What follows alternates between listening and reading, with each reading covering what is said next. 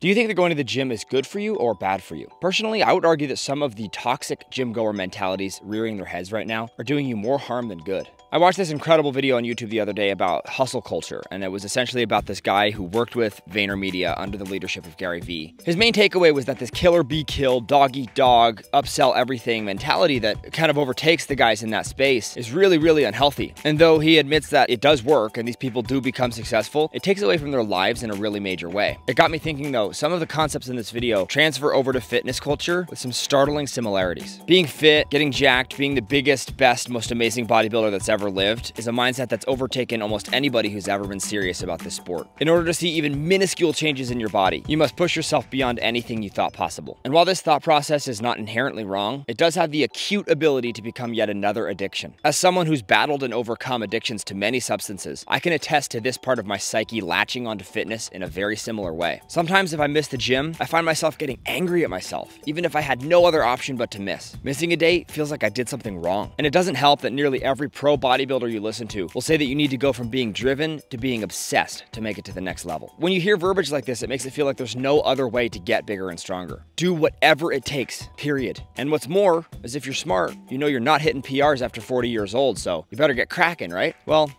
yes and no. First, let's get this clear. This is about having a great body and learning the techniques it takes to grow muscle, not powerlifting and not strength training. It's important to make that distinction because there would be a different approach if your goal was to get as strong as possible versus getting as jacked as possible. I think there's two approaches to bodybuilding. Either you want to look as good as you possibly can in your prime in order to win shows and get as insanely diced up as possible, pushing your genetics to their limit or perhaps beyond their limit. Or you want to look as fit as you can year round, and you want to look that way as long as possible. In my opinion, the former approach involves pushing your limits so hard it could kill you. And I won't lie, it looks cool as heck. I look up to the people at the IFBB level as much as the next guy. But conversely, the other approach involves supplementing properly, eating healthily, and working out thoughtfully. Pushing oneself hard, yes, but remembering that fitness and health in general is a marathon, not a sprint. With the conversation about PED abuse where it is today, I think it's such an important distinction to make here. The IFBB has bigger and bigger winning pots every year, and more people are becoming interested in the sport of bodybuilding. And with guys like Derek and Coach Greg in the scene, it's not hard to figure out how these guys are getting to this level. Furthermore, with the era of TikTok influencers, SARMs are becoming more popular than ever, and taking a shortcut seems like maybe the only way to look like your heroes. But I think it's important to note that there's a lot of guys taking that second route with longevity in mind. Sometimes the guys with the biggest voices are the ones that should be talking less. Unfortunately, the guys that get to take a front seat on our Instagram feeds are the ones that have the most insane physiques you could ever possibly achieve, pinning copious amounts of steroids to get to their top tier position with little to no regard for their well-being. But maybe it's time to let this influence stop making such an impact on the way you approach the gym. You know, take a healthier approach to your journey by educating yourself on how to diet properly and just really enjoy the process of being in the gym. And remember that an insane physique will come, but it just takes a lot longer than some people would like you to believe. Thanks for watching. Subscribe for more.